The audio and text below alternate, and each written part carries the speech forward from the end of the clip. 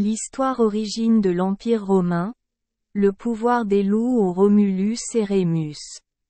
Romulus, vers 771-716 avant Jésus-Christ, et Rémus, 771-753 avant Jésus-Christ, sont des frères jumeaux dans la légende fondatrice de Rome. Ce sont les enfants de Rhea Silvia et du dieu de la guerre Mars. Rhea était également la fille du roi Numitor d'Albe la Longue, descendant d'Énée.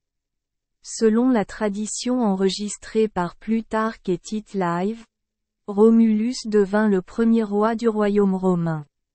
Romulus et Rémus font partie des célèbres enfants sauvages du mythe et de la fiction. Selon la légende, les jumeaux Romulus et Rémus hériteront du royaume d'Albus. Numitor fut renversé par son jeune frère Amulius. Amulius craignait que ses deux neveux n'usurpent plus tard le trône, alors il ordonna de les tuer en flottant sur le Tibre ou le Tibre. Tibère, dieu du Tibre, a sauvé deux frères échoués sur le rivage. Ils sont allaités par leur mère Lupa et élevés par sa meute de loups. Ensuite, ils furent trouvés par un berger nommé Faustulus et les ramenèrent chez eux. Romulus et Rémus grandissent, en même temps que la lutte de pouvoir entre Numitor et Amulius éclate à nouveau.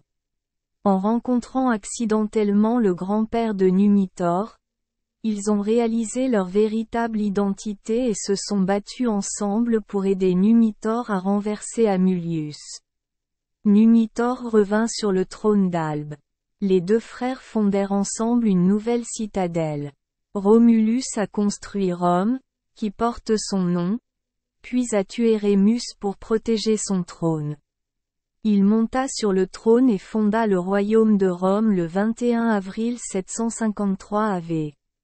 Origine d'un empire avec la plus grande influence de l'histoire. C'est pourquoi le peuple romain adorait l'image du loup. Et l'image de deux bébés allaitant une louve n'est plus étrangère au monde.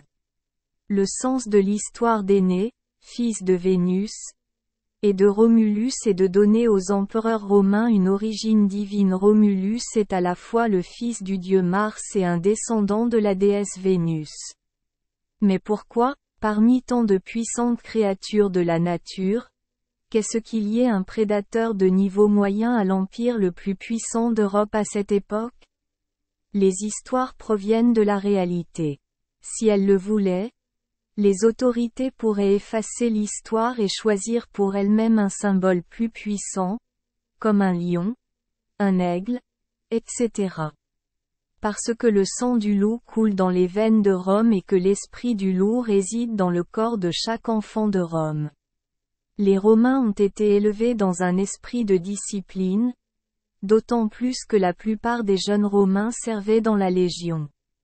La Légion exige toujours que chaque guerrier valorise la discipline, la loyauté, le courage, l'obéissance absolue aux ordres, le service absolu et surtout l'esprit de solidarité. Ce sont ces qualités que le loup, créature grégaire, a élevées au niveau symbolique. Un loup en meute est comme un soldat romain sur le champ de bataille. Il est seul, il ne peut certainement pas chasser de grosses proies comme les cerfs ou les vaches, et encore moins résister à de plus gros prédateurs.